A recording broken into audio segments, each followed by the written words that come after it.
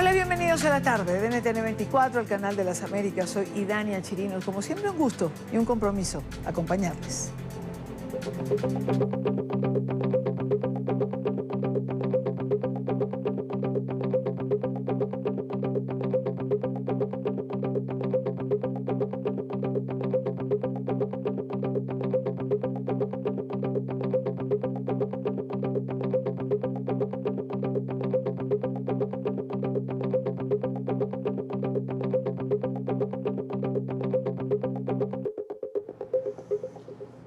Estas son fotografías de la ayuda humanitaria anunciada por los Estados Unidos para enviar a Venezuela.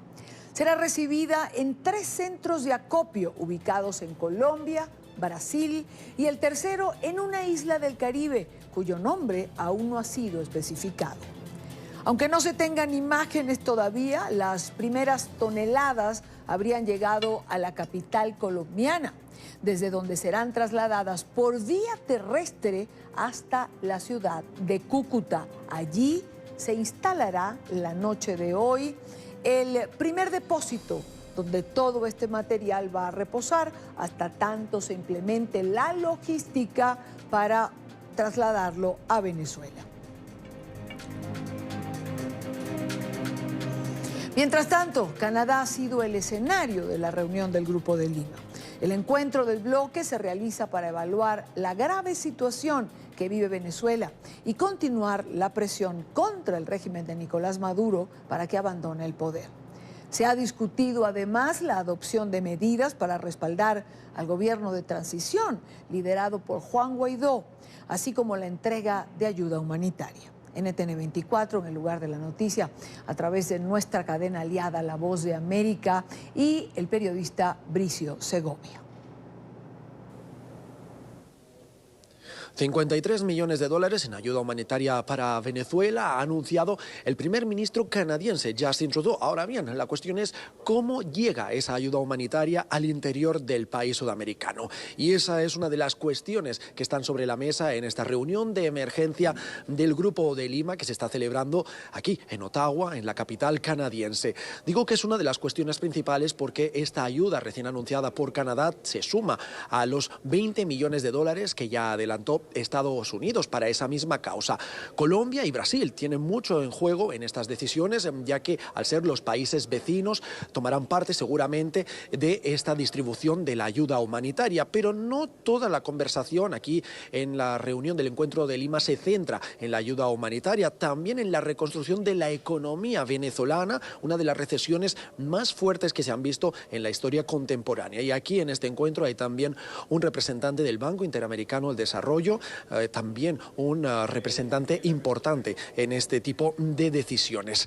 Pero también en este encuentro se encuentran otros países y regiones en calidad de observadores internacionales. Es el caso de Estados Unidos, es el caso también de la Unión Europea o de la Organización de Estados Americanos. El gran ausente, sin embargo, fue México, que no reconoce a Juan Guaidó como presidente interino porque dice no quiere interferir en las decisiones internas de Venezuela. Desde Ottawa, en Canadá, les informó Bricio Segovia de La Voz de América para NTN 24. Gracias a Bricio Segovia. En minutos está previsto que comience una rueda de prensa de los integrantes del Grupo de Lima luego de esta reunión que se ha realizado en el transcurso de toda la mañana. El país y millones más están sufriendo como resultado de la falta de alimentos, de medicina y de las necesidades básicas de la vida. En todo esto, la comunidad internacional ha sido abierta, levantándose por los derechos de los venezolanos. Hoy, el Grupo de Lima de Argentina, Brasil, Chile, Colombia, Costa Rica, Guatemala, Guyana, Honduras, Panamá, Paraguay, Perú y Santa Lucía se han unido a nosotros. También, en nuestra conversación, se han unido personas de otros países para esta reunión del Grupo de Lima. Estos incluyen a Ecuador, la Unión Europea, Francia, Alemania, Holanda, Portugal, España, el Reino Unido y Estados Unidos. Y escuchamos directamente de Julio Borges, de Venezuela, del Partido Primero Justicia, Ricardo Hausmann, del Centro para el Desarrollo, y de Gustavo García, del Banco Interamericano de Desarrollo. Todos aquí quieren lo mismo para Venezuela: una transición pacífica hacia la democracia, elecciones libres y justas, el regreso de la rendición de cuentas y la transparencia, y el respeto por los derechos humanos y las libertades fundamentales de los venezolanos. En este espíritu, nos sentimos alegres de que la Asamblea Nacional y el presidente interino Juan Guaidó, en nombre del pueblo venezolano, han pedido ser miembros del Grupo de Lima. Hoy, el Grupo de Lima ha tomado el paso importante de darle la bienvenida al gobierno interino de Venezuela como un miembro del Grupo de Lima. Hoy, el primer ministro Justin Trudeau anunció $53 millones para ayuda humanitaria y de desarrollo. Este financiamiento irá a socios de nuestra confianza y será dirigido para responder a las necesidades esenciales de los más afectados por la crisis, como los migrantes y los refugiados que se han ido a países vecinos. Estos incluyen asistencia de comida, así como acceso a la salud, agua, educación y protección. Estamos publicando nuestra propia declaración para Venezuela. Los principios que todos estamos apoyando están concentrados en el pueblo venezolano y en las aspiraciones pacíficas de ese pueblo. Nosotros, el Grupo de Lima, hacemos un llamado a todos los países democráticos del mundo, particularmente a aquellos que se han unido a nosotros para reconocer a Juan Guaidó como presidente interino, para que apoyen esta declaración de apoyo para el pueblo venezolano. La Asamblea Nacional de Venezuela y el presidente interino Guaidó han creado un camino constitucional para un gobierno interino, y mientras yo hablo, 34 países del mundo han reconocido a Juan Guaidó como el presidente interino de Venezuela, en línea con la Constitución venezolana. Ya sea aquí en Ottawa o en otras capitales. Whether in Ottawa or other capitals of the world, it's more clear than ever. Está del lado. Venezuela. Out of Venezuela. Hands off Venezuela. Hands off Venezuela. Hands off Venezuela. Hands off Venezuela. Hands off Venezuela. Respect the human right and the opinion of the people. Respect the human right and the opinion of the people. Why are you telling me like that? You don't have the right. You don't have Nosotros en Canadá reconocemos el derecho a la gente a la protesta y a las opiniones diferentes.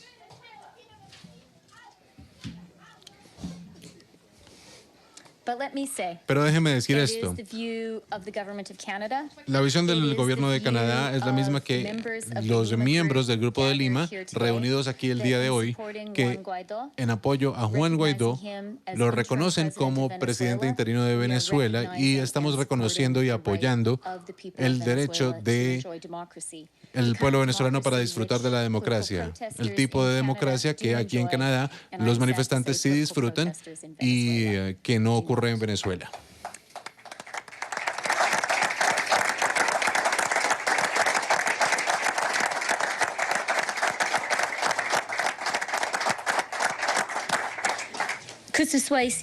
Que sea aquí en Ottawa o en otras capitales del mundo, es más claro que nunca que el consenso internacional se ha puesto del lado de la democracia, del lado de la paz, del lado del pueblo venezolano. Es cada vez más claro que el consenso está del lado de la democracia, del lado de la paz, del lado del pueblo venezolano. El Grupo de Lima se reunió en agosto del 2017 y ahora es momento para fortalecer esta determinación y estar firmemente con el pueblo venezolano y con la participación total de su gobierno como miembro del del Grupo de Lima. Y también me complace anunciar que el trabajo del Grupo de Lima se ha intensificado y estamos de acuerdo en que nos reuniremos pronto, esta vez en Colombia. Muchas gracias. Y ahora mi colega Néstor de Perú hablará. Buenas tardes. Sé que tenemos interpretación, entonces voy a hablar en español.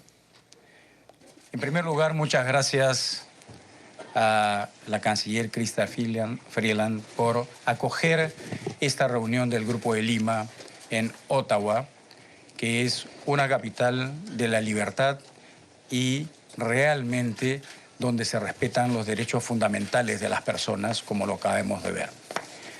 Y es importante decir esto en un contexto en que la principal función del Grupo de Lima era abocarse a ver la situación en Venezuela. Y hoy ha sido un día histórico, porque un gran número significativo de países, sobre todo de Europa, ha reconocido a Juan Guaidó como legítimo presidente interino de Venezuela. Los felicitamos a todos ellos. Ese es el camino hacia la recuperación de la democracia en Venezuela. Vamos a trabajar estrechamente con los embajadores designados por el presidente interino Juan Guaidó. Y en la reunión hemos aprobado un comunicado del Grupo de Lima que es políticamente contundente. Hemos acordado admitir a Venezuela democrática, liderada por el presidente Guaidó, para que forme parte del Grupo de Lima, como lo ha dicho la canciller Freeland. Anhelamos tener una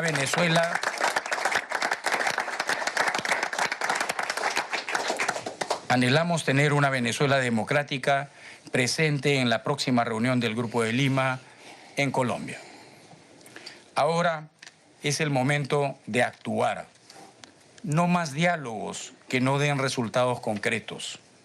Apoyamos una hoja de ruta constitucional que promueva una transición pacífica y democrática inmediata a través de un proceso electoral transparente, libre y justo en Venezuela con la participación de todos los actores políticos venezolanos. También hemos instado a las Fuerzas Armadas Nacionales de Venezuela a reconocer a su comandante en jefe, Juan Guaidó, que es el presidente encargado de Venezuela. Igualmente, hemos condenado enérgicamente las violaciones sistemáticas de los derechos humanos por parte de la dictadura de Maduro. Como todos ustedes saben, con una iniciativa de varios países del Grupo de Lima, presentamos ya hace unos meses, en el contexto de la Asamblea General de Naciones Unidas, una denuncia a la Corte Penal Internacional para que se haga un examen expeditivo sobre la violación sistemática de los derechos humanos en Venezuela y sobre todo por la comisión de delitos de lesa humanidad. Y esperamos que ese trámite avance lo más rápido posible. También hemos resaltado que es innegable la profunda crisis humanitaria que enfrenta el pueblo venezolano. Es imperativo garantizar un flujo libre de ayuda humanitaria que tenga como objetivo atender las necesidades más urgentes del pueblo venezolano. Y en este contexto ya tenemos un camino avanzado. Colombia ha definido una ruta por la cual puede entrar esa ayuda humanitaria. Y en ese contexto agradecemos de manera profunda el anuncio hecho esta mañana por el primer ministro Justin Trudeau, como lo ha señalado la canciller de Canadá. 53 millones puestos a disposición para comenzar esta ayuda humanitaria y hacemos un llamado a todos los países de la comunidad internacional para que se sumen a este esfuerzo, que es un esfuerzo realmente de solidaridad y es un esfuerzo que va a a apuntar a un objetivo básico: ayudar al pueblo venezolano. Además, le pedimos a las Fuerzas Armadas Nacionales de Venezuela para que apoyen y permitan el ingreso de ayuda internacional. Esto es fundamental para que ella pueda ser posible. Y finalmente, hemos resaltado que varios países de la región han impuesto sanciones a Venezuela, al régimen de Maduro, a la cúpula, no al pueblo venezolano.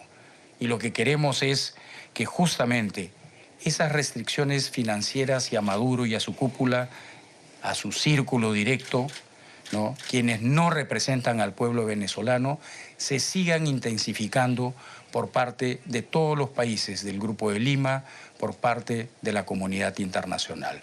O sea que hoy día es un día histórico, hemos puesto las bases de lo que significa un mayor aislamiento del régimen dictatorial de Maduro y esperamos que estemos en el inicio del fin de esa dictadura. Muchas gracias.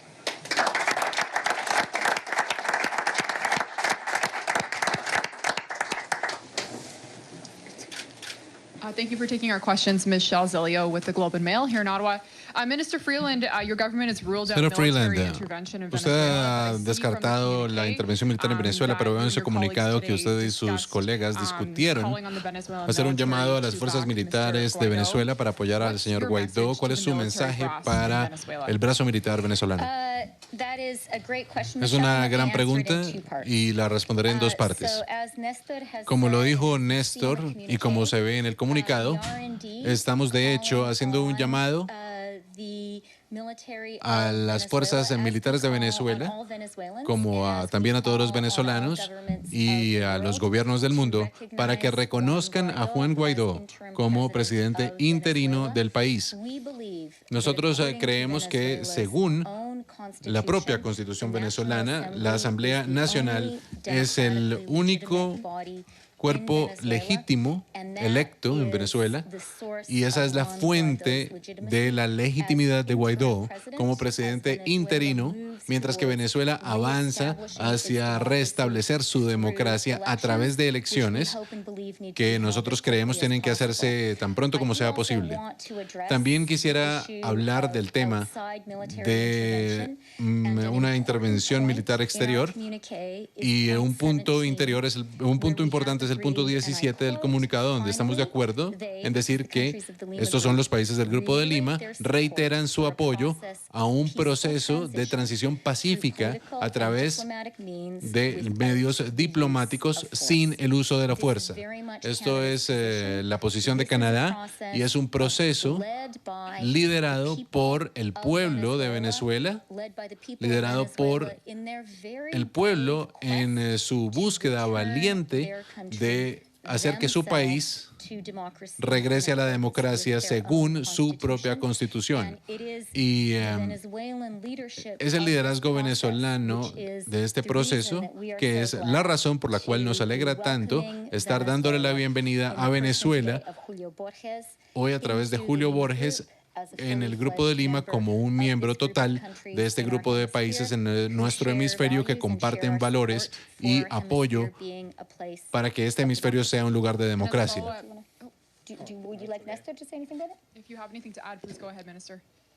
Mire, una de las cosas que nosotros hemos dicho de una manera muy clara, que el Grupo de Lima, no solamente hoy, sino ya en el pasado, se ha pronunciado sobre aquello que usted pronunció como pregunta.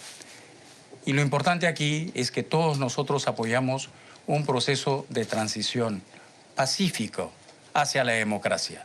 Eso es lo fundamental y evidentemente no vemos con buenos ojos el uso de la fuerza.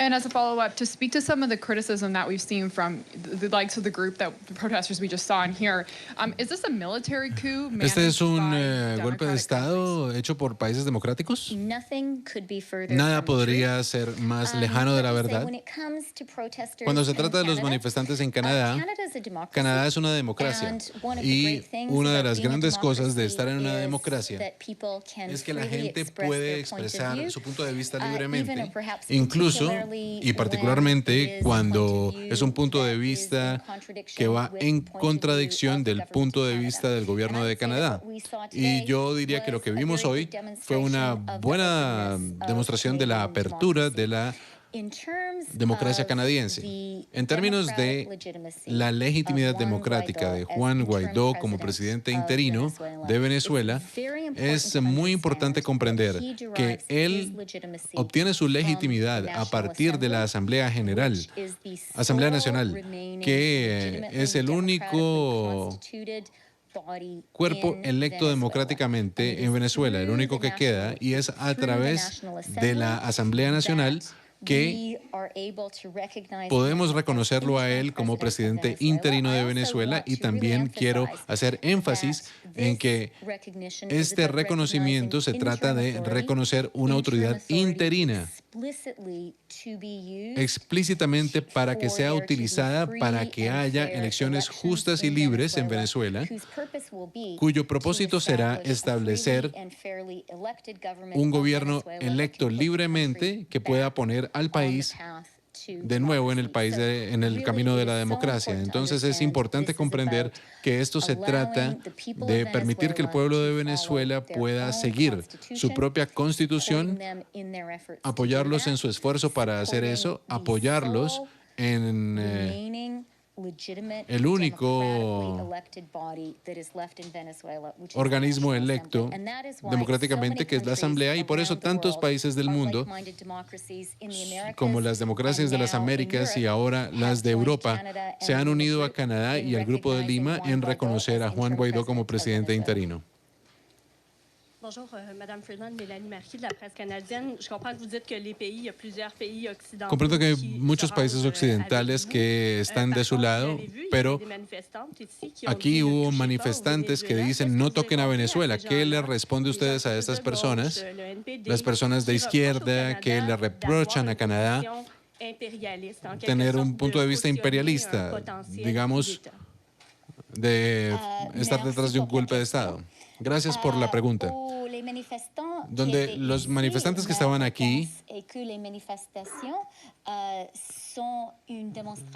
esto es una demostración de la democracia canadiense, que es un país abierto, y me siento orgullosa de esto.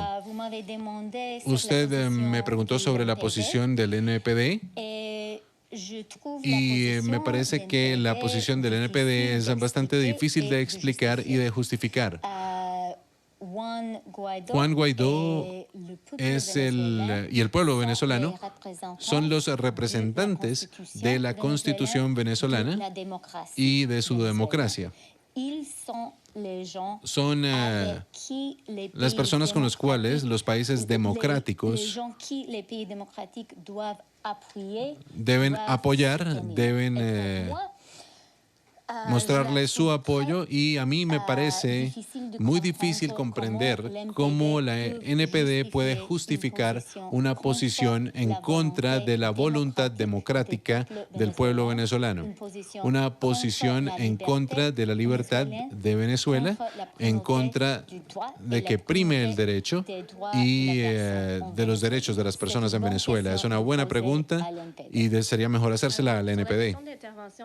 Con respecto a la intervención militar, ¿puede usted confirmar que Canadá excluye esa opción y también que los Estados Unidos no hacen parte del Grupo de Lima, pero son observadores? ¿Estados Unidos están reclamando en este momento una intervención militar en Venezuela? Puedo confirmar que Canadá excluye esta opción y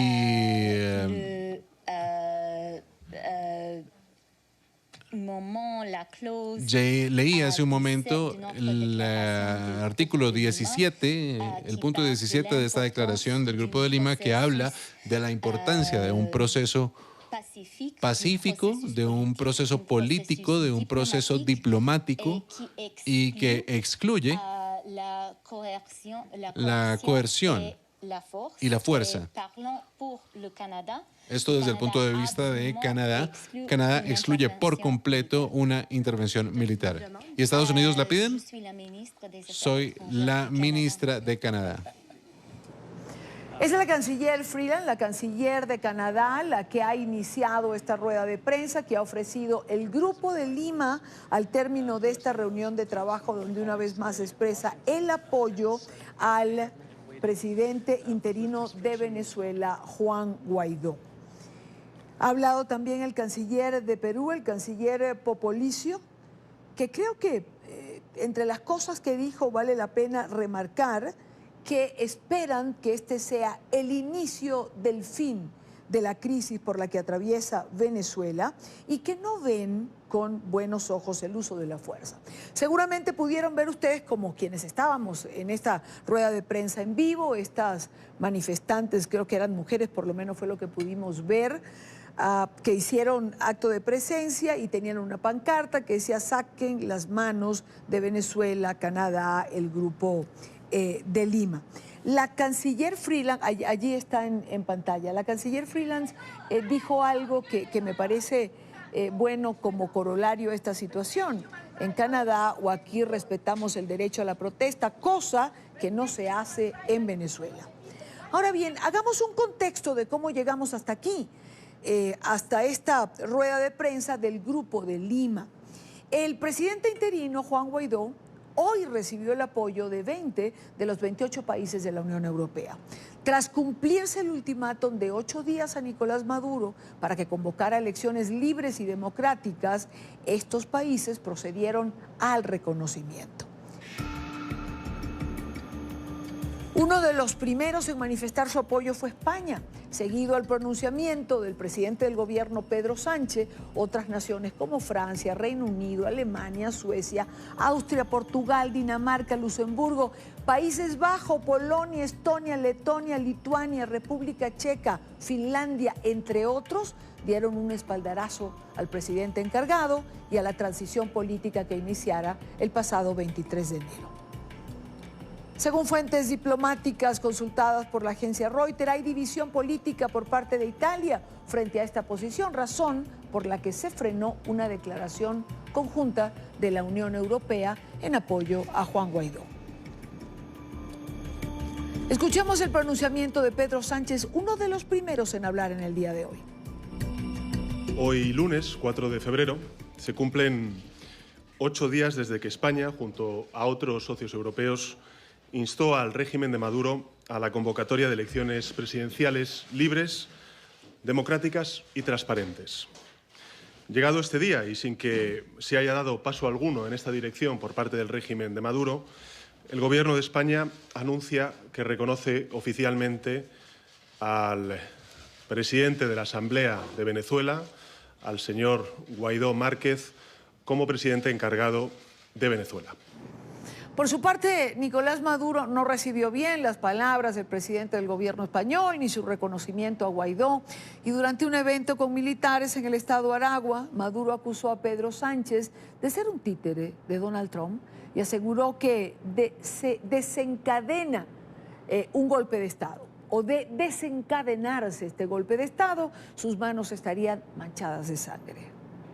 Yo le digo al señor Pedro Sánchez, Dios no lo quiera, pero si algún día se concretara el golpe de Estado, si algún día se concretara una intervención militar gringa, sus manos, señor Pedro Sánchez, quedarán llenas de sangre, como quedaron las manos de José María Aznar en la guerra de Irak. Quedará manchado en sangre para siempre y la historia lo recordará como un pelele que se puso al servicio de la política guerrerista intervencionista de Donald Trump, señor Pedro Sánchez. Por su parte, Guaidó agradeció este apoyo, enfatizó que en los próximos días se incrementará el respaldo internacional que apuesta por la reconstrucción de Venezuela y que mañana comenzará una nueva etapa de designaciones de representantes internacionales de este gobierno interino en esas naciones. Escuchemos el informe que preparó en Caracas Oliver Fernández. El presidente interino de Venezuela, Juan Guaidó, aseguró que este apoyo internacional vendrá acompañado por más sanciones al cuestionado gobierno de Nicolás Maduro. En nombre de Venezuela, en nombre de este Parlamento, en nombre de todos los que queremos vivir mejor, el agradecimiento profundo hoy a ese pronunciamiento en bloque de la Unión Europea. 20 países es el reconocimiento a ustedes, venezolanos, que nunca han dejado de luchar, ni nunca lo dejaremos de hacer hasta lograr la democracia y la libertad en Venezuela. Denunció al gobierno de Maduro de pretender robarse la ayuda humanitaria, dijo tener información precisa. También recibimos la información del círculo cercano del alto mando, que ya no están evaluando si dejarla entrar o no, sino que cómo nos la roban. Van a secuestrarlo para distribuirlo a través de los clubs. Esa es la información que tenemos hoy. Aseguró que si no se permite la ayuda humanitaria, se condenará a más de 300.000 venezolanos que están en riesgo de muerte. El llamado, una vez más, fue para la Fuerza Armada Nacional Bolivariana. Necesitamos que ingrese la ayuda humanitaria, soldado de la patria. Para tu mamá, para tu hermana, para tu hija, para tu gente. Porque hay entre 250.000 y 300.000 venezolanos hoy en riesgo de muerte, que si no ingresa en esta primera etapa esa ayuda, estaremos sentenciando a muerte. Además, destacó que no participará en la reunión convocada por Uruguay para discutir el tema de Venezuela. Insiste en que es una estrategia de Nicolás Maduro para desviar la atención. Bienvenido a que se reúnan los que se quieren reunir y aporten soluciones como ellos piensen participar. Nosotros no vamos a participar ahí. Creo que la agenda está muy claramente definida. No dudo de la buena fe de gobiernos como México, no dudo de la buena fe, por supuesto, de la Unión Europea, pero de nuevo, la agenda es clara. Contiene 3 pasos, incluso ya un plan país para adelantar acciones. Cese de usurpación, gobierno de transición y elecciones libres. Para este martes se tiene prevista en sesión plenaria de la Asamblea Nacional el nombramiento de los embajadores de los países de la Unión Europea que ya reconocieron a Juan Guaidó como presidente interino de Venezuela. Es la información que manejamos desde el Parlamento venezolano y con ella los invitamos a que continúen con más de la tarde. Continuamos con más. Arranca la fase de deliberaciones del juicio por narcotráfico contra Joaquín El Chapo Guzmán. Los 12 jurados a cargo de la causa serán instruidos hoy para empezar a decidir si el mexicano de 61 años es culpable o no de los 10 cargos que pesan en su contra. De acuerdo con lo previsto por la justicia de los Estados Unidos, el fallo debe ser unánime. Alejandro Rincón tiene información en Nueva York. Alejandro, buena tarde para ti.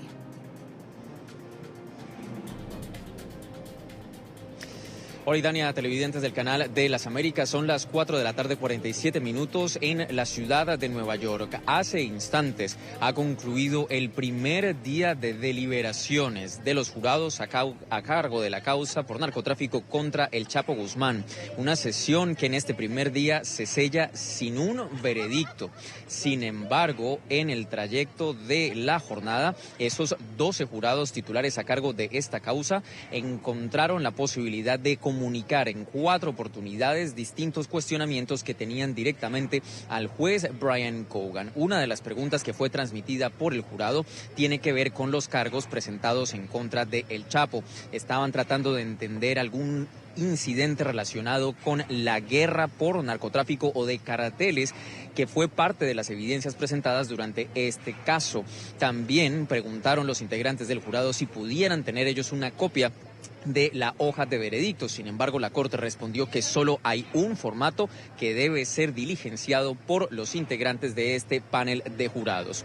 Lo más importante que ha trascendido en esta jornada es que se sella este primer día sin alguna deliberación en un proceso que, recuerden, es el más importante que se haya visto por esta causa, es decir, por narcotráfico en las Cortes de los Estados Unidos en los últimos años de historia reciente de este país. Pues a propósito de esta primera jornada de deliberaciones, buscamos el concepto de un abogado criminalista que lleva procesos en el tribunal, en la Corte Federal del Distrito Este de Nueva York, para que él, en las siguientes palabras, les explique a ustedes un poco más de este proceso que viven ahora los jurados a cargo de la causa. Vean. Este caso ha durado por 3 meses, con 56 testigos y miles de páginas de evidencia, miles de llamadas telefónicas. Entonces, el jurado sí, por supuesto, está apurado en comenzar con este proceso porque ellos han estado aquí en el mismo edificio por 3 meses. Pero yo creo, y según mi experiencia, que los jurados van a examinar cada cargo en una forma exacta y precisa. Ellos van a revisar cada pieza de evidencia para alcanzar una decisión justa y verdadera en este caso. Les he mencionado por ahora a ustedes los aspectos formales de este primer día de deliberaciones. Sin embargo, también hay algunos elementos adicionales de color, por así decirlo, sobre lo que ha trascendido en esta jornada. El Chapo ha estado presente en esta primera fase. Llegó a primera hora del día vistiendo un traje negro, una camisa gris y una corbata negra, un traje de luto, por así decirlo.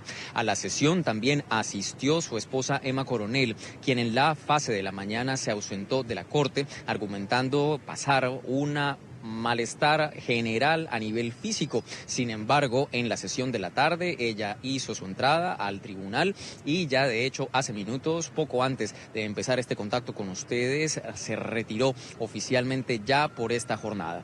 De acuerdo con lo previsto por el juez Brian Cogan, será mañana a las 9:30 de la mañana, hora local, cuando sea convenida una vez más esta corte para continuar este proceso de deliberaciones, y probablemente a partir de esta instancia estaremos cada vez más cerca de conocer el veredicto de este juicio por narcotráfico. Como les digo, el más importante que haya tenido lugar en estas cortes en las últimas décadas de historia de los Estados Unidos.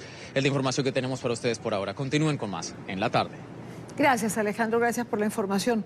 Y un nuevo escándalo pareciera rondar la administración de Donald Trump. Un portal web filtró el horario de los últimos 3 meses del mandatario republicano, revelando que Trump empleó un 60% de su día en lo que se ha calificado como tiempo ejecutivo. Se trataría de horas que el presidente dedica a revisar las redes sociales, leer periódicos y realizar llamadas telefónicas a ayudantes, legisladores, amigos, asesores y funcionarios de la administración. El hecho ha sido criticado por sectores demócratas, quienes aseguran que es una prueba de una presidencia no estructurada. Otros sectores afirman que la filtración sería el resultado de las fuertes divisiones puertas adentro en la Casa Blanca.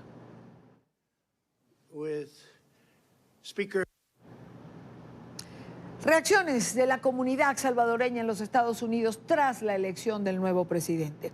El Salvador dio el domingo un giro a la derecha con el triunfo del exalcalde de la capital, Nayib Bukele, en los comicios presidenciales. Aún sin el 100% de las cartas escrutadas, Bukele logró el 53.8% de los votos, frente al 31.6% que obtuvo el aspirante Carlos Calleja, por la coalición liderada por la derechista Alianza Republicana Nacionalista.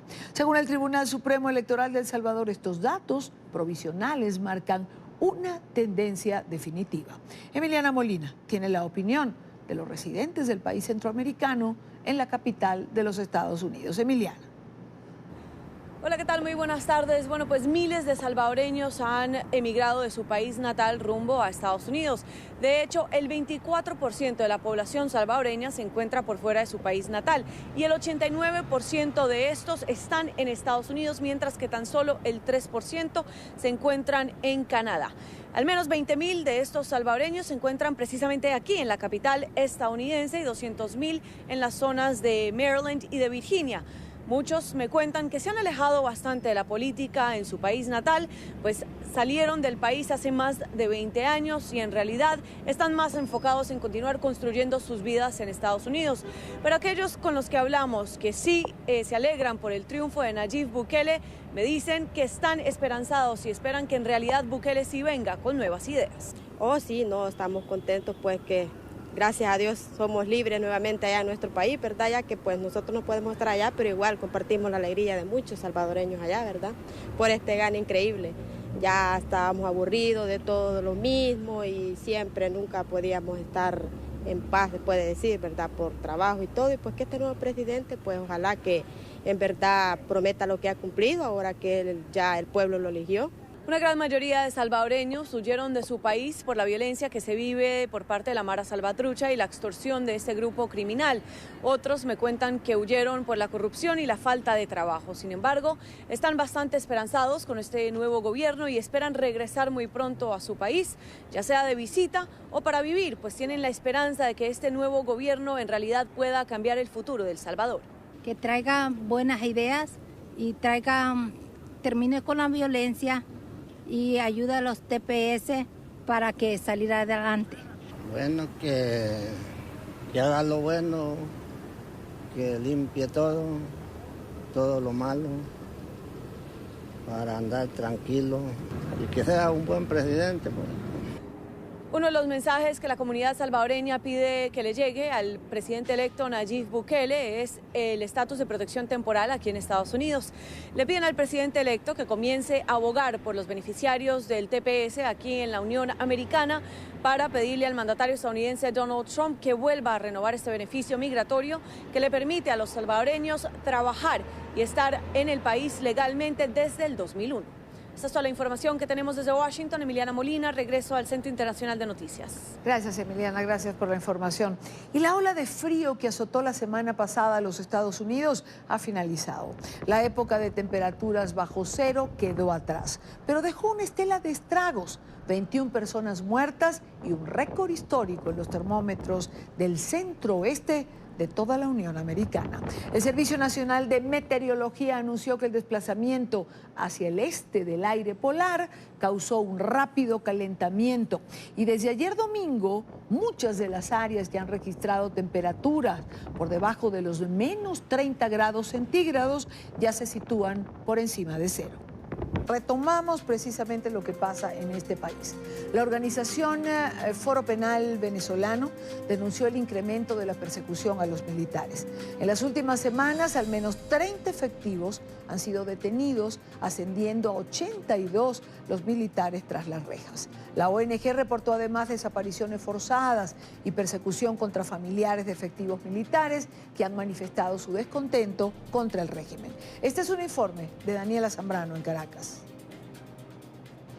Olidane, buenas tardes. Denunció el Foro Penal Venezolano que ese alzamiento que tuvo lugar en Cotiza, en el oeste de Caracas, una zona popular, el pasado 21 de enero, recordemos, de un grupo de guardias nacionales que se sublevaban contra Nicolás Maduro, trajo duras consecuencias a la familia militar, que no solo están siendo perseguidos militares, sino también sus seres queridos. El llamado es a que cese la persecución, que cese esta represión, sobre todo en las zonas populares, y también denunciaron y les preocupa las desapariciones forzadas. ¿Qué se entiende por desapariciones forzadas? Personas que son detenidas pero que se desconoce su paradero incluso por 2 días o por más de una semana. A la fecha el Foro Penal Venezolano registra todavía 4 personas desaparecidas que sus familiares denunciaron que fueron detenidas pero no saben dónde se encuentran.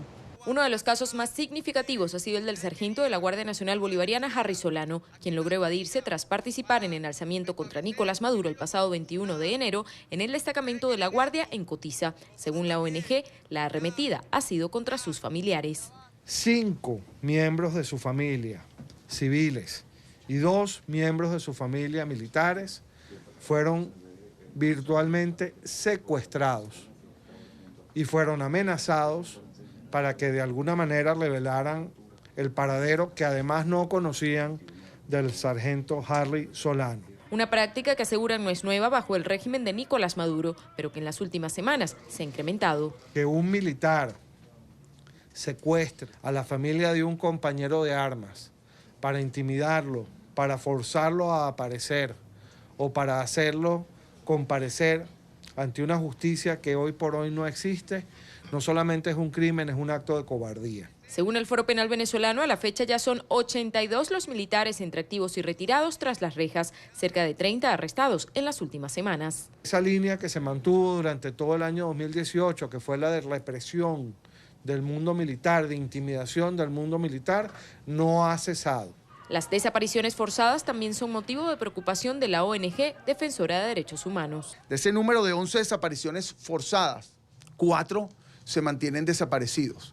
A la fecha contabilizan 966 presos políticos, el número más alto en los últimos 18 años. Familiares de los detenidos exigieron una vez más su libertad.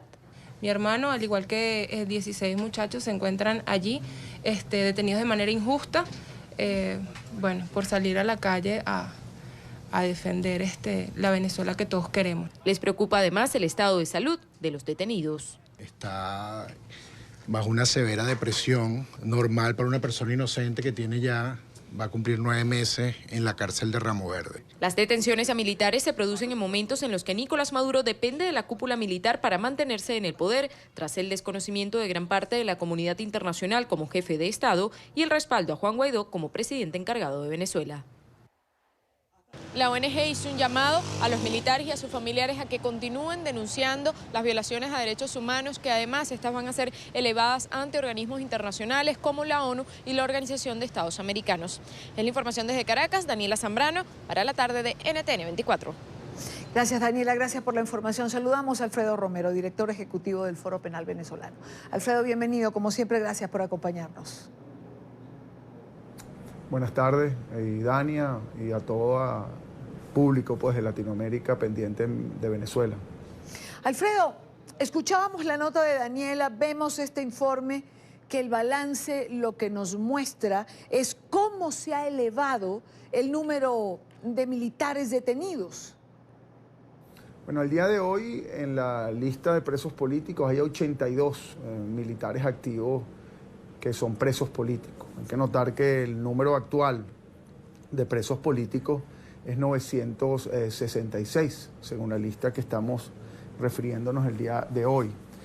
Ahora bien, de este número hay que tomar en cuenta que estos 82 militares activos básicamente han sido detenidos desde el año 2018 hasta ahora, e incluimos al día de hoy 24 que fueron detenidos por un acto de oposición al gobierno, al régimen en el 21 de enero, y se encuentran, por cierto, varios militares retirados que no contabilizamos en esta lista. Por ejemplo, en esta última semana se tuvieron 3 militares retirados y 2 militares activos.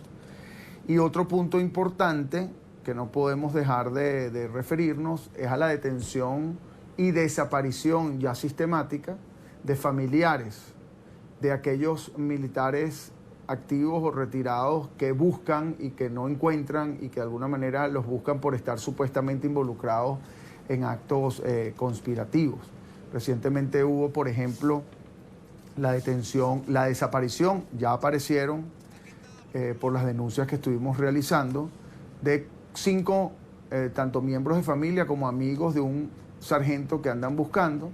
Entre estas personas que desaparecieron, incluso denunciaron torturas, está una muchacha de 19 años de edad, una señora de 73 años de edad, la madre de este sargento de 63 años de edad, y otros 2, amigos de este sargento que también fueron objeto de desaparición forzosa. Alfredo, ¿de qué tipo de torturas estamos hablando? Lamentablemente las torturas que se han venido denunciando y que inclusive se han hecho referencia en tribunales y también en denuncias ante instancias nacionales e internacionales, es el uso de bolsas plásticas, y así lo refieren, repito, y nuestros llamados a la investigación concreta para verificar cada una de esas situaciones, el uso de bolsas plásticas para asfixiar a las personas, las golpizas, lamentablemente ya es algo regular, y que incluso las víctimas, los detenidos, ni siquiera las cuentan como tortura muchas veces porque lo ven como casi que regular. El uso de descargas eléctricas es algo que hemos ya visto en varias ocasiones. Y humillación y maltrato de diferente tipo, incluyendo pues el aislamiento de estas personas, la incomunicación en cuartos oscuros, que así nos denuncian. Pero eso ha ocurrido, y hemos hecho la denuncia en reportes que ya han aparecido, inclusive que hemos enviado en diferentes instancias, ya ha ocurrido, repito, de manera sistemática. Alfredo, hubo alarma en las últimas semanas por la detención de menores de edad. Entiendo que muchos de ellos ya fueron liberados. A la fecha, ¿cuántos menores y en qué condiciones se encuentran? Sí, importante, porque en total, solo desde el 21 de enero hasta el 31 de enero contamos al final 137 adolescentes menores de edad, quiere decir menores de 18 años de edad, donde habían personas de 14 años, de 16 años, incluso niñas menores de edad. En virtud de, y por eso es tan importante la denuncia internacional y agradecemos esta oportunidad y esta ventana que a los defensores de derechos humanos nos dan los canales internacionales y las redes sociales también, porque esa presión de la población en redes sociales y de los canales internacionales hizo que se liberaran la gran mayoría de todos estos menores de edad. Inclusive se hicieron actos casi que públicos donde se expresó que se estaban excarcelando a estas personas. Hablo de excarcelar entre comillas, porque no están libres estos menores de edad, inclusive están sometidos todavía a procesos y presentaciones ante tribunales con la amenaza de que si protestan nuevamente pueden ser encarcelados otra vez. Quedan en este momento todavía 10 menores de edad privados de libertad que estamos pues exigiendo su liberación, pero en total sí quedan 10. Es importante notar que, claro, los menores de edad son menores de 18 años, pero entre 16, 17 y 18 años no hay mucha diferencia. Y en este momento se encuentran también muchachos en bastante cantidad de 18 a 22 años de edad. Hablaba, por cierto, hace poco en el estado de Aragua, en la cárcel de Alayón, con un muchacho de 18 años de edad que estudia en la Universidad Central del estado de Aragua, estudia ingeniería, por cierto, y ahí está con otros 2 de la Universidad Central de 18 y 19 años de edad. Hay deportistas, hay muchachas también estudiantes, y así tenemos todavía que quedan estos 47 estudiantes privados de libertad, de 95 que hubo la semana pasada, de un total, que este número es importante también, de 700 personas que al final contabilizamos que todavía se mantienen privadas de libertad por las protestas donde quedaron detenidas 988 personas entre el 21 y el 31 de enero. Alfredo, ¿qué pasó en la última manifestación? La del día sábado. Entiendo que no se produjeron detenciones. Sí. En total, al día siguiente de la manifestación, contabilizamos 3 detenciones ese día, una en el estado Portuguesa, otra en el estado Apure y otra en el estado Miranda, en Los Teques.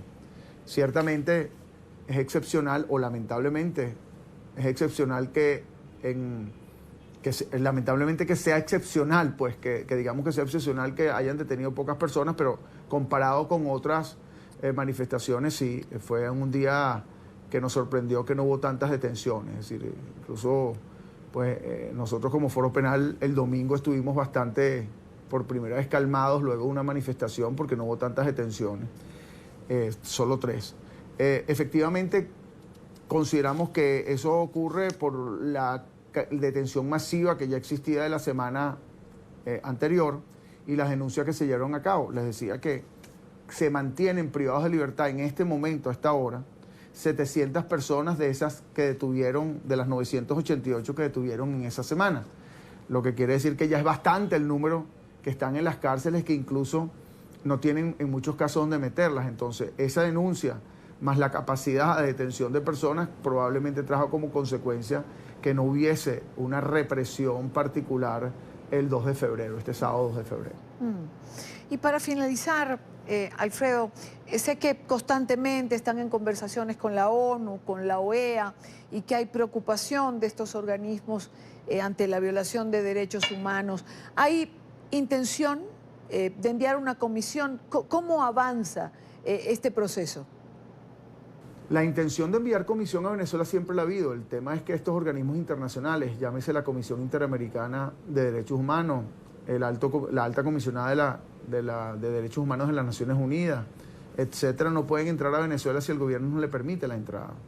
En cuanto a la alta comisionada de Derechos Humanos, se ha hablado en varias ocasiones de que supuestamente el gobierno la invitó. Sí, la invitó, pero todavía no le ha dado la entrada formal, todavía no le han dado, y eso es importante notarlo. Una invitación fue una carta, usted puede venir cuando quiera, pero no le ha dado la invitación formal donde le garantice su entrada, su seguridad, etcétera. Ahora bien, esa intención hay, pero también esa intención, seriamente, si va a haber una visita, va a tener ciertas condiciones, entre ellas que no es una visita digamos, a las autoridades que tienen a las personas recluidas. Es una visita a las personas recluidas, a las víctimas, a las ONG, y esas condiciones se les tienen que garantizar. Por ejemplo, si la alta comisionada de Derechos Humanos, Michelle Bachelet, quien el gobierno la invitó digamos, inicialmente, pero que no le ha dado, digamos, la invitación oficial como para que ella venga, esa visita implica que ella tiene que ver, por ejemplo, y hablar con los presos políticos, con los militares detenidos, con los familiares que han sido desaparecidos, con las personas torturadas, con las ONGs que llevamos estas causas. Entonces supongo que esa visita, incluso si se autoriza y se efectúa, al menos desde el punto de vista del gobierno que le dan la entrada, tiene que ser bajo ciertas condiciones. Pero nosotros como Foro Penal hemos hecho denuncias a todas las instancias, hay preocupación por lo que ocurre, ya ha habido declaraciones recientemente de la Comisión Interamericana de Derechos Humanos, estamos esperando decisiones de la Organización de Naciones Unidas y seguimos haciendo las denuncias respectivas, incluso por las desapariciones forzosas que han existido. Alfredo Romero, director del Foro Penal. Gracias, Alfredo, por estar con nosotros, como siempre. Muchas gracias a ustedes y siempre la orden. Foro Penal Venezolano, una organización que siempre está allí para dar soporte a detenidos, a familiares de presos a lo largo de todos estos años. Y ya que hablamos de presos y ya que hablamos de torturados, quiero darle la bienvenida a nuestro estudio a Wilmer Azuaje, exdiputado del Consejo Legislativo de Barinas, exdiputado de la Asamblea Nacional, quien estuvo detenido por más de un año y 4 meses exactamente luego de las protestas de 2017. Vimos su caso, alguna vez hicimos el seriado de los presos del régimen, llegamos a conversar con su esposa, con su mamá, en esas oportunidades. Bienvenido, gracias por estar aquí.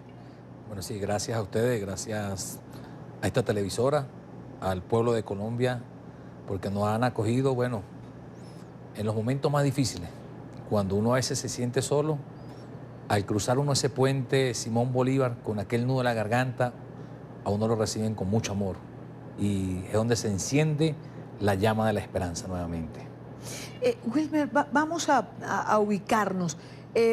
Vamos a empezar por el ahora. ¿Por qué sales de Venezuela en este momento? ¿Por qué cruzas el puente Simón Bolívar hacia Colombia? Bueno, después de mi salida en libertad, el tribunal... ¿Cuándo saliste en libertad? El 2 de julio, perdón. De 2018. 18. Ahí ellos colocaron unas medidas cautelares en función de tenerlo a uno amarrado. Claro, sí. Y en las medidas cautelares, porque no tengo una decisión definitivamente firme, yo puedo hacer proselitismo político, porque nada me lo impide.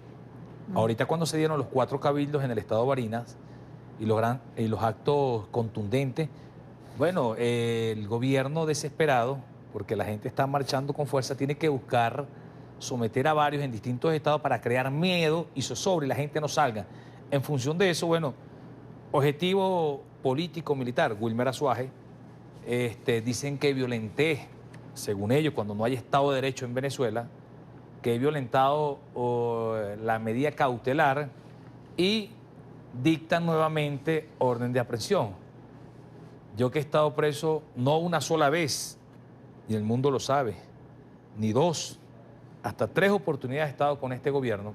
Recuerdo 2010, soy el primer diputado de la historia del mundo que en 2 veces le allanan la inmunidad. En el 2010 sucedió, cuando me allanaron la inmunidad, la Asamblea Nacional. 2014 me secuestran por 5 días, me dan la libertad. Y 2017 que duró 1 año y 4 meses. Y ahorita iba a suceder nuevamente, no lo podía permitir, volver a los calabozos, a los sótanos del SEBIN, donde a uno lo torturan, lo maltratan. No podía permitir eso. De verdad que, bueno, decidí conjuntamente con mi asistente Giovanni González, que también me ha acompañado en distintas luchas, pasar el puente Simón Bolívar y ver y respirar la libertad, que aquí en Colombia se respira la libertad. ¿Qué no le perdonan a Wilmer Azuaje, que siempre está, digamos, como centro de este acoso por parte de ellos lo que no me perdonan, primero que todo, es haber denunciado todos los actos de corrupción y vandalismo de la familia presidencial, cuando en el año 2004-2005 y 2007, por cierto, denuncié en Contraloría de la Asamblea Nacional, en la Fiscalía, el enriquecimiento ilícito de los hermanos del fallecido presidente, Hugo Chávez Frías. En función de eso es donde ellos empezaron la persecución. 2009 a mi hermano lo asesinan en una estación de bombas, y ahí empezó toda aquella campaña contra mi persona. Y bueno, y nosotros no nos hemos rendido, tenemos la fe y la firme convicción, y creyendo sobre todo en Dios, que seguimos avanzando y que esto le quedan horas le quedan a Nicolás Maduro Moro. En función de eso es donde ellos nos perdonan, y que seguimos trabajando. Ellos creyeron que colocándome algunas medidas cautelares, cuando fueron violentados todos mis derechos. Yo no fui presentado. Yo te agradezco a ti y a Colombia que denunciaron. Ese de Barinas, recordemos que Barinas es la tierra del presidente Chávez y de toda su familia. Su actividad política se centraba justamente en Barinas. Y de allí viene, de lo que acaba de decir, todo este acoso del que fue objeto. ¿Qué le quedó a Wilmer Azuaje de ese año y 4 meses que pasó privado de libertad? Es decir, escuchábamos a Alfredo Romero hace unos minutos hablar de torturas, de descargas eléctricas, de bolsas plásticas, de palizas, de oscuridad, de cuartos de aislamiento. ¿Qué sufrió Wilmer Mira, Azuaje? primero que todo hay que colocarle el punto en la I. Yo fui secuestrado. Una persona, cuando es detenida, como lo establece la Constitución y las leyes, tiene 48 horas para ser presentado ante un tribunal. Yo gozaba también de inmunidad parlamentaria. Es un procedimiento bastante complejo y bastante largo. Nada de eso respetaron, y ellos me secuestran durante 77 días, donde el Tribunal Supremo de Justicia se lava las manos y dice: no, él es diputado, es parlamentario, hay que respetarle la inmunidad. Después de 77 días, y la ley establece 48 horas, tácitamente. En función de eso, y eso fue gracias al apoyo de todos los medios de comunicación, al apoyo de todos los gobiernos, salen esos videos y esa foto donde me tenían a mí en cadena y a mi asistente lo tenían colgado con las esposas. Cuando salen esos primeros videos, donde me colocan después las cadenas, porque ¿dónde nos tenían? Donde aparece la primera gráfica, donde orinábamos en potecitos de Coca-Cola, donde hacíamos nuestras necesidades en periódico, y después uno la agarraba en una bolsa, la metía y la trampaba. Después, posteriormente a eso, cuando nos torturaban, mira estas cicatrices que me quedaron para toda la vida. No sé si la agarran los... Aquella cámara. Mira. Cuando nos encerraban en ese cuarto oscuro, y recuerdo yo que esa vez no le funcionó lo que le coloca a uno la electricidad. Entonces le agarran y en el forcejeo me corto. O sea, hay una lámina ahí y me corto. Cuando dice, mira, se cortó, a ellos dijo, déjelo que se muera. Al igual que la primera vez, mira, la primera vez que a mí me agarran, me colocan una capucha siendo diputado. A mí nunca eso se me va a olvidar tampoco. Y yo le digo, yo sufro de asma. Déjelo que se muera, decía el otro funcionario. Y me colocan un periódico en los ojos, periódico, con tape, que nunca se me va a olvidar ese tape grueso que le colocaban a la cara y suena duro. Y me lo colocaban por toda la cara y ahí me golpeaban. Y por cierto, había un funcionario del SEBIN que hay que también decir la verdad, decía, no lo golpeen más, ya lo tenemos acá. O sea, ¿hasta cuándo lo golpean? Le decían, cállate, y lo mandaron a sacar, inclusive. Ahí me colocan después un pulpo. Un pulpo es una cadena acá, con el cinturón y otra cadenita que llega a los pies y tapado, y uno no podía ni caminar. Y están los videos, inclusive cuando me suben en el avión a las 2:30 de la madrugada, que se veía de lejos cuando me caigo. Me dicen, ¿por qué te caíste? Porque cargaba el pulpo. O sea, ellos no tienen piedad con las personas. Maltratarlo a uno, colocarlo en cadena. O sea, cuando salen los primeros videos, me colocan la cadena y dice, bueno, vas a quedar así. Me estuvieron casi 2 horas y media. Según ellos, eso es el castigo. Ahí, esa misma gráfica, 2 horas y media me tuvieron y me negaron ese día. ¿Cómo sacas esas fotos? ¿Quién toma esas fotos? El gobierno debe estar clarito que dentro de las Fuerzas Armadas y dentro del SEBIN, el 90% no está con ellos. Y hay funcionarios del SEBIN que veían cómo nos torturaban, nos maltrataban, no solamente físicamente, sino psicológicamente. Claro. Yo vine a ver el sol el día 80 que nunca se me va a poder olvidar. Me dice, sáquelo al sol, porque había la presión ya internacional de los videos y todo, que no me sacaban ni siquiera a ver la luz del sol, ni la claridad, nada. Y cuando yo salgo, a mí nunca se me olvida eso. Me sacan por un pasillo y veo las montañas, vi unas maticas, unas florcitas, unos árboles, y se me aguaron los ojos. Solo se me aguaron. Y me dice el funcionario que me acompañaba, tenías que taparte y abrir poco a poco tus ojos. En ese momento, no duró yo ni 3 minutos, y me devuelvo y digo, no, métame. O sea, la claridad fue muy fuerte para mi persona. O sea, y me guardé, que fue la única vez que me sacaron. Posteriormente, bueno, de una presión interna que hicimos dentro del SEBIN con los polichacados, que gracias a Dios, 2 de ellos se lograron fugar ahorita del penal 26 de julio. Hicimos una presión y es donde logran sacarme del SEBIN y me llevan peor para un penal, el penal 26 de julio, San Juan de los Morros, San Juan supuestamente de régimen. Mira, y me achicharraron también igualito. Ahí sí es verdad que no veía nada y en las noches el calor terrible. Yo recuerdo que colocaba... ¿Qué piensa un hombre en esas noches infinitas que no terminan, cuando lean los días en que te amarraban a esas cadenas? ¿Cómo se llevan esas horas? Mira, yo nunca perdí la fe en Dios, orar bastante, alimentar mi espíritu, pactar con Dios. Al yo pactar con Dios y ver el trabajo que ustedes hacían, yo decía, bueno, de aquí salimos. Y le decía a mi asistente, tranquilo que de aquí vamos a salir. Cuando una vez lo colgaron, yo salgo y, no, que porque no se paró firme. Obligan a los privados de libertad a pararse firme, que cómo está la moral alta, muy alta. Yo no soy militar. Yo no soy militar, me disculpa, pero es que me acordé. Me acordé. ¿Cómo va? Y me acordé de lo que vivimos. Claro, pero... Y tenía tiempo sin redactar eso, o sea, el sufrimiento de uno. Y sin embargo, mira, cuando uno alimenta el espíritu con Dios, se fortalecía. Pero cuando entró mi madre por primera vez al penal a verme, la humillaron, muy humillada.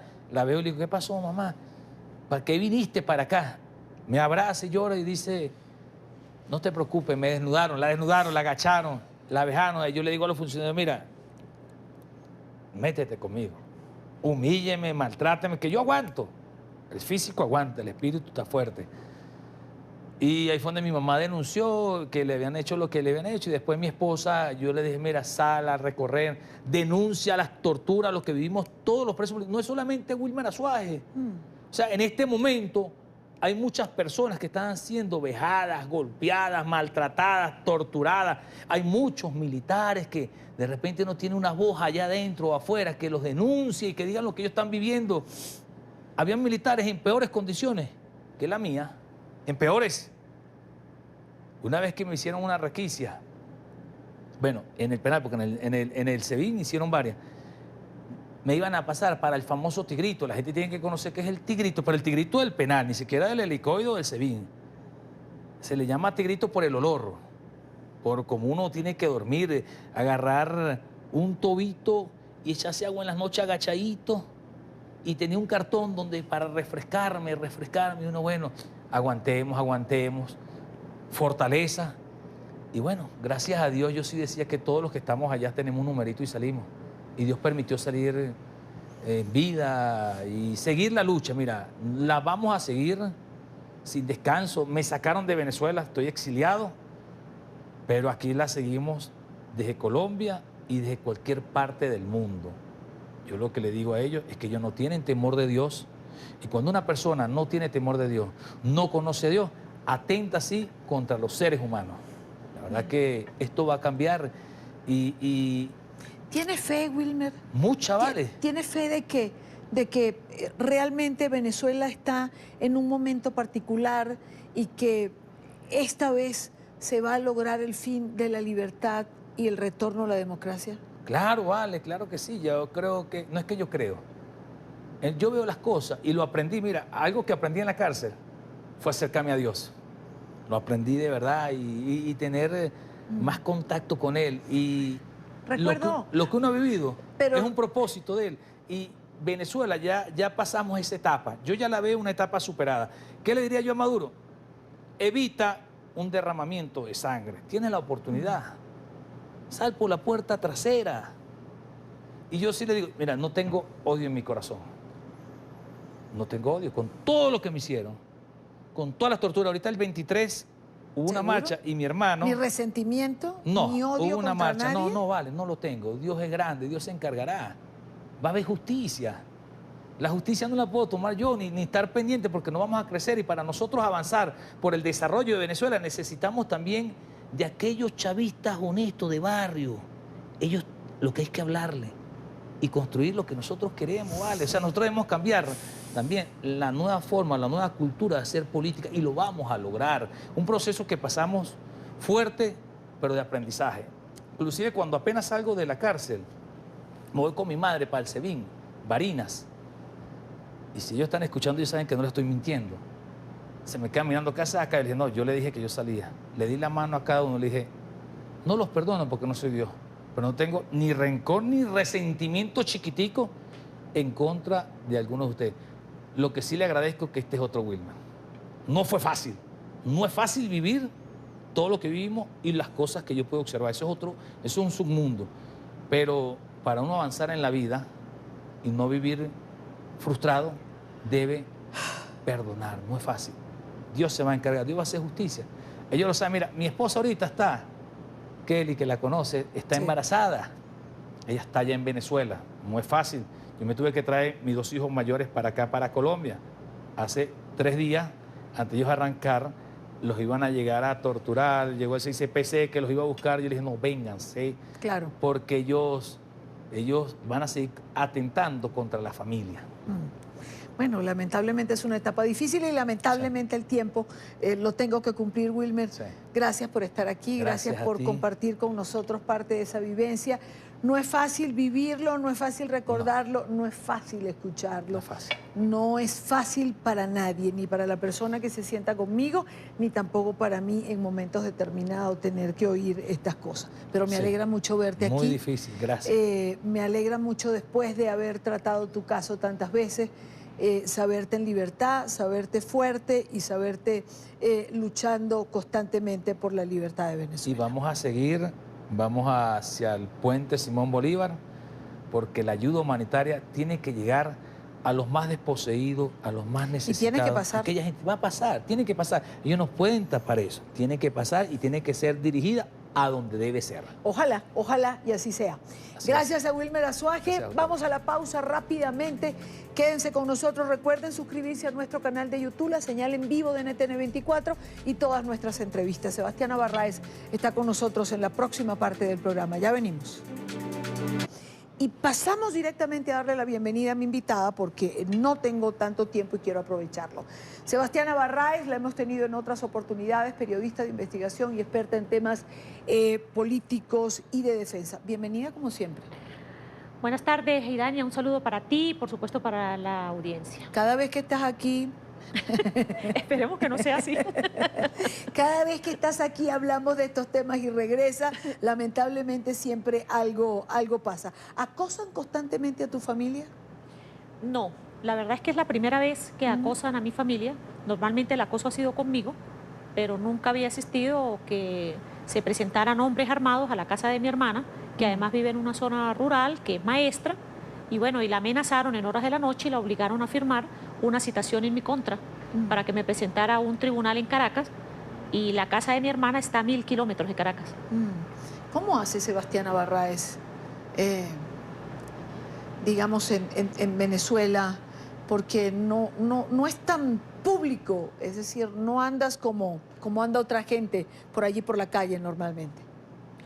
No, bueno, yo tengo la suerte que tengo una fuente militar que cubro hace muchos años y que me ha permitido, entre otras cosas, aprender a ser extremadamente discreta, a no decir más allá de lo que debo decir y además a no ser visual, a no andar en grupos y creo que eso ha beneficiado bastante mi actuación en esta fuente que además es un problema porque los militares también tienen que cuidarse. O sea, un militar que tiene relación conmigo, obviamente que es un militar bajo sospecha. Entonces, yo trato que no sepan que yo tengo relación con ningún militar y que a su vez a esos militares no los involucren por suponer que pueden darme información.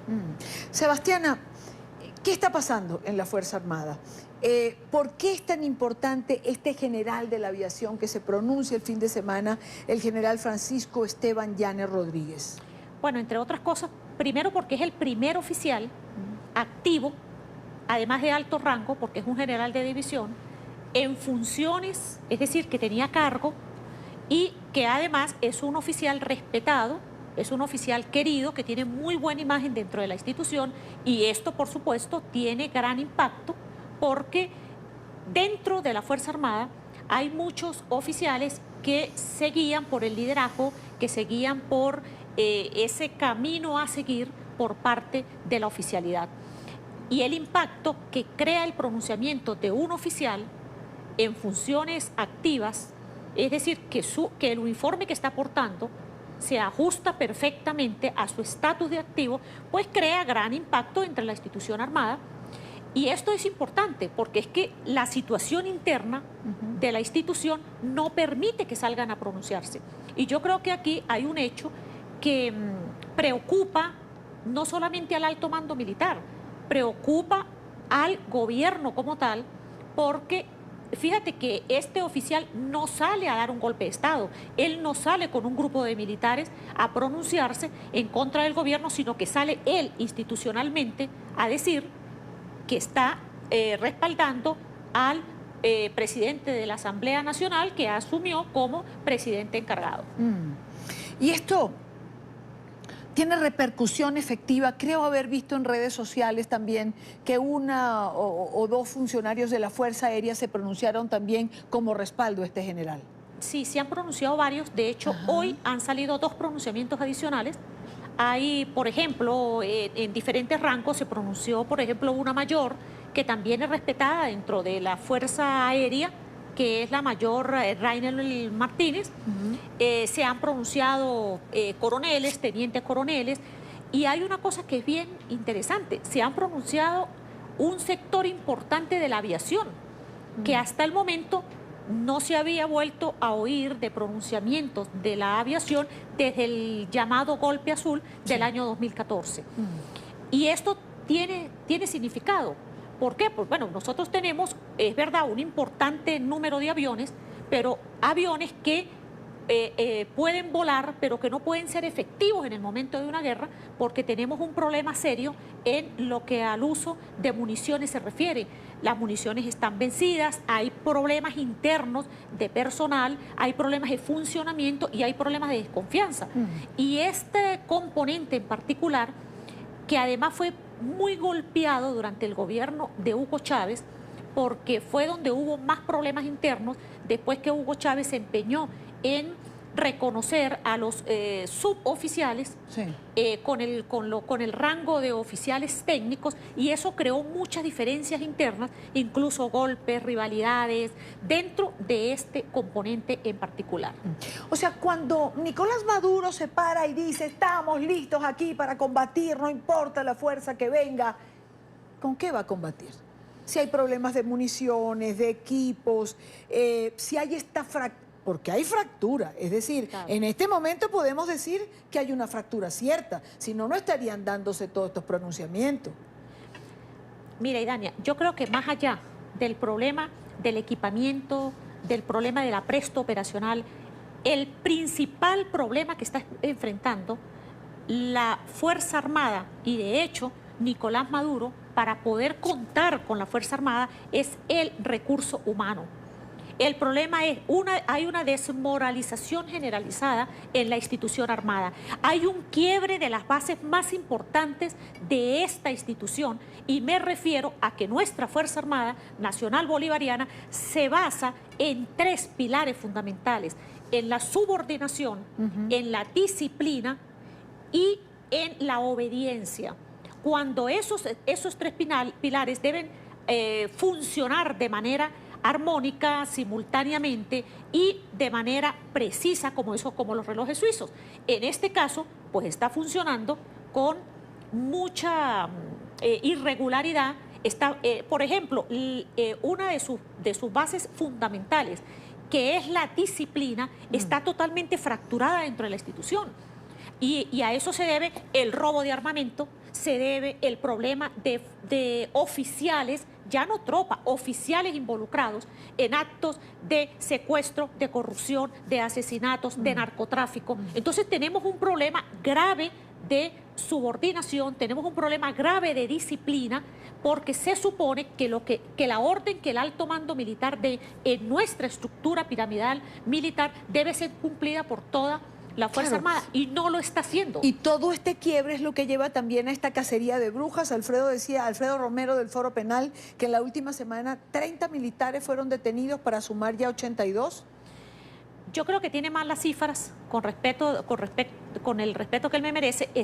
Esta mañana yo sacaba nombre por nombre y tengo contabilizado exactamente 123 militares más 27 que son los últimos militares de la Guardia Nacional que fueron detenidos por las actuaciones de Cotiza. Ahí hay 27 que están detenidos en la DGCIN y ya habían 123 militares. Esos están contabilizados con nombres, sitios de reclusión, rango militar. Y lo grave que decían de perseguir a los familiares de los militares que están buscando desaparecer a los familiares por días, a la mamá de militares. O sea, es una cacería de brujas en este momento. Sí, lamentablemente hay un grupo de oficiales, y debo decir, por cierto, que no son cubanos, a pesar de todas todo ese mito que hay en relación con el caso de los cubanos. Estos militares, entrenados por cubanos seguramente, pero que son absolutamente venezolanos, están actuando de manera muy violenta, de manera feroz realmente, aplicando tortura a los militares que han sido detenidos por razones de conspiración. ¿Anotaste algo en esa libreta? ¿Lo hablamos o me queda por fuera? No, en la libreta pensé que de repente si había la idea de algunos oficiales que se hubiesen pronunciado. Si hay una cantidad de oficiales importantes, entre esos hay el coronel José Vázquez Álvarez, el primer teniente José Abraham Hidalgo Azuaje. Ellos se han pronunciado con varias personas. Hay un oficial que, por cierto, es importante decirlo, un oficial de la Fuerza Aérea, que es él fue comandante de la aviación, de apellido Pernalete, que se pronunció recientemente y que ha causado una gran ola de rechazo dentro de la institución, porque hay una cosa que también es cierto: hay oficiales que son serios, hay oficiales que son honestos, y hay oficiales que aún cuando han estado de parte del gobierno, pues han manifestado una posición realmente institucional, pero hay otros oficiales cuestionados, corruptos, que han estado involucrados en actos, digamos, en delitos de lesa humanidad, que también están apareciendo, pronunciándose, aprovechando de saltar del barco en este momento. Exactamente. Cuando el barco se hunde, dicen por allí que ustedes saben lo que salta del barco que se hunde. Sebastiana, siempre me falta tiempo para hablar contigo. Gracias por acompañarnos, gracias por estar aquí. Gracias a ti, Dania, y quiero decir algo finalmente. No se olviden que yo creo que en los próximos días una figura que parecía ya olvidada, como es el caso del mayor general Miguel Rodríguez Torres, va a dar de qué hablar por la situación de conversaciones internas que hay en toda esta cantidad de acuerdos que se están viviendo en este momento en el país.